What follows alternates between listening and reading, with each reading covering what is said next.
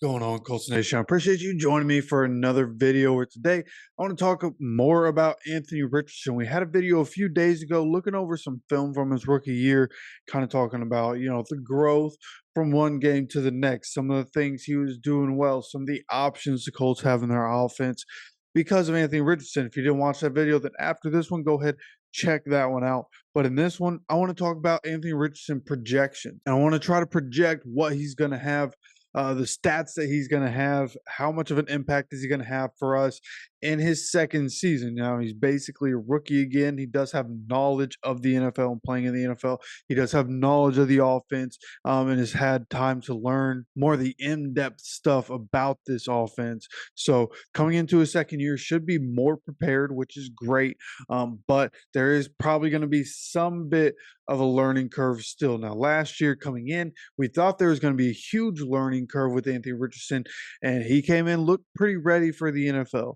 So I could be wrong in that, in thinking that, but I just expect that at some point in the season, there's going to be a couple games where maybe we see Anthony Richardson take, not a huge step back, but have some mistakes, right? The more film there is out there of him and the more of him operating this offense that people have, they'll be able to try to find out ways where they can try to stop this offense. But the question is, will they actually be able to do so? And when you try to project his stats, you kind of got to look at the schedule. That's what I did. And some of the defenses that I think are going to be good this year, right? Texans, Packers could be good. I think they have some talent there. They got a new defensive coordinator, could be good for them. I think Matt Eberflus has built something good up there with the Bears, and that defense is probably going to be good this season. Steelers always tend to have a good defense for the most part. Jaguars, probably not. Titans, and we'll see what happens there. Dolphins, probably not, in my opinion. Then you have the Texans again. Vikings, probably not. Bills could take a step back. I kind of expect them to take a step back this season. But the Jets have a good defense. Lions should have a good defense. Patriots, if nothing else, probably going to have a pretty good defense this season. Broncos could be good, could be bad, right? They have a lot of talent there, but they lost a couple pieces over the last couple years. We'll see what happens here in the Sean Payton era, but that one's kind of a toss-up. Then Titans again, Giants, who I feel like have an underrated defense, but are they great? I think AR could have his way with them.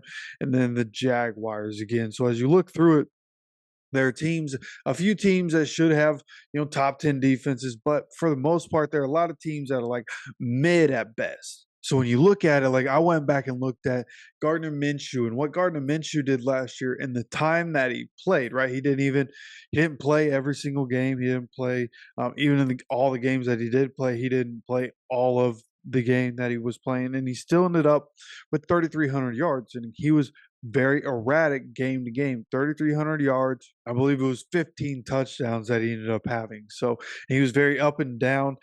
So coming into this year, like I'm looking at what can Anthony Richardson do and looking at his skill set and what we saw from him in the time that we did see him last season. And for me, and when it comes to just the passing part of Anthony Richardson, what he can do in the pass game, think about receivers. Michael Pittman Jr., Josh Downs, Alec Pierce last year. You add A.D. Mitchell this year. I think that makes the offense better. Jonathan Taylor and Anthony Richardson together, I think that makes the offense better.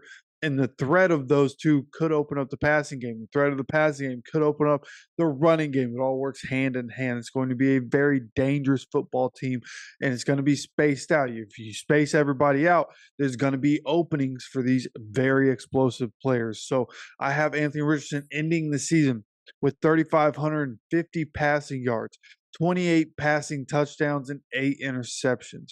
Now, that passing touchdown number for me is going to end up being a little lower because once we get near the goal line, that's when it's going to be time for Anthony Richardson or Jonathan Taylor or Trey Sermon or Evan Hull to get the ball in the end zone. Now, there could also be, just like we watched in the film from last year, you look at the Rams game, there were the passing touchdown and the 2-point conversion that helped the Colts catch up in that game. So the Colts could have those kinds of plays, and that passing touchdown number could easily go up. But I just have the rushing touchdown number going up because Colts get inside the 10-yard line, better chance of them scoring a rushing touchdown one way or another than a passing touchdown. So I think a really good season from Anthony Richardson through the air, because the touchdowns aren't going to hit 30. People are, going to knock that. And when you talk about MVP talk, that's probably the thing that's going to knock him out of it.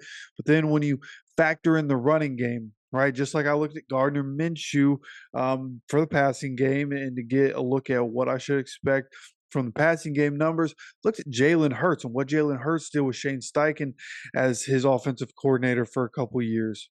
And in both of the years, 2021 and 2022, Jalen Hurts had 784 and 760 yards rushing, a bunch of rushing yards in each of those seasons. And when you look at touchdowns, he had 10 and then 13. So double digit both years, over 700 yards both years in terms of running, getting a bunch of production from Jalen Hurts in that aspect.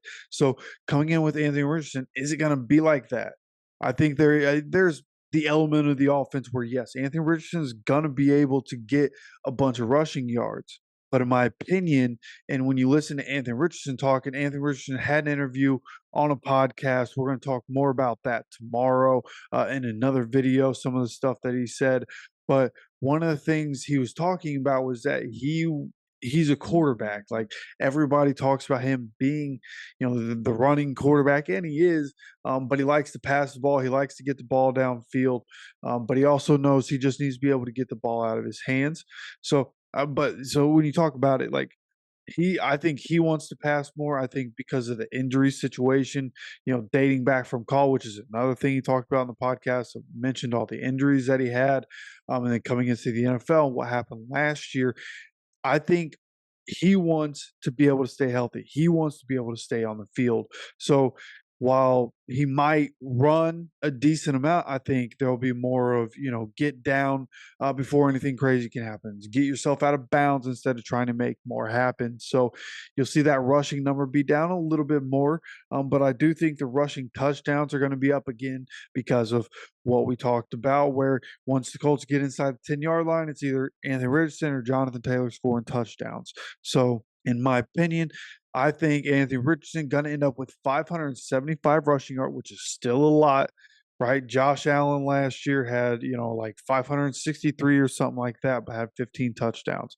So even though Josh Allen, from the couple years before that took a step down in terms of rush yards, had more rushing touchdowns because of the way the offense worked. That's kind of how I see it with Anthony Richardson with the 575 rushing yards and 12 touchdowns. I think he can be very efficient in what he's able to do. I think he's going to be able to move the chains without being dangerous. I think this offense caters to him. I think having Jonathan Taylor and having the weapons we have on the outside, everything is a formula to be able to open things up for Anthony Richardson, which is kind of what happened in Philadelphia. They went and got A.J. Brown and opened things up for what was happening with Jalen Hurts, right? A dynamic run game there in Philadelphia already. And it really opened things up for Jalen Hurts, when they were running passes and he could just take off and get 20 yards, carve up 20 yards at a time with the quickness. And with as fast as Anthony Richardson is, as shifty as he is, he can make one guy miss and then get down before taking any damage. And all of a sudden, Colts, boom, first down. They've gotten 15, 20 yards and we're good to go. So that's what I think can happen this year. So when you look at his year as a whole, my prediction for 2024 is 4,100 plus total yards, 40 total touchdowns, and 12 total turnovers, right? The 8 interceptions between running the ball and sack fumbles, 12 turnovers overall isn't terrible. I can live with that through the year. Again, these stats, 4,100 yards, 40 touchdowns, 12 total turnovers. When you look at that, that warrants MVP consideration. Will he win it? Who knows? A lot of good quarterbacks, a lot of good situations. Mahomes is going to be in there. You expect Lamar Jackson to be in there. You expect possibly Jalen Hurts, possibly Josh Allen, possibly Joe Burrow, possibly CJ Stroud. So many good quarterbacks, especially good young quarterbacks. Jordan Love could be in that conversation. So we'll see what happens this year. Well, if you look at this, again, 4,100 yards, 40 touchdowns, you would think at least MVP consideration. And no doubt, comeback player of the year, puts up stats like that. And we already talked about earlier in this offseason, Colts going 12-5 or better. If all that happens, comeback player of the year is a sure thing for Anthony Richardson, and I think it's possible. And again, going 12-5, maybe better. The more time goes on, the more confident I am with this team as long as Anthony Richardson's on the field. So, I think we win at least one playoff game. Would if Anthony Richardson stays healthy all season, like in most of our stars stay healthy, like last year we were very injured. So if we have some of our key guys are actually able to stay on the field this year, then I expect the Colts to be able to be a team that at least tries and looks good trying to get to the AFC Championship. Wouldn't be surprised if they made it to the AFC Championship. I do think this team has a lot of talent on it, and we'll see what happens. That's getting to the Super Bowl is going to be very difficult. Of course, that's always the goal. As a fan, that's always the goal and what I want. But if I'm being realistic and looking at it, hey, a lot of good teams, especially in the AFC, continues to get more loaded as time goes on. So we'll see what happens. I'd love to know what your predictions are for Anthony Richardson down in the comment section. Please let me know. And of course, make sure to be subscribed with notifications on. We're going to continue talking about more players, have more film study, have more predictions. There's plenty of time till the NFL season gets here, and I want your opinion on all this content. So again, subscribe, have those notifications on. Of course, I appreciate you stopping by for another video.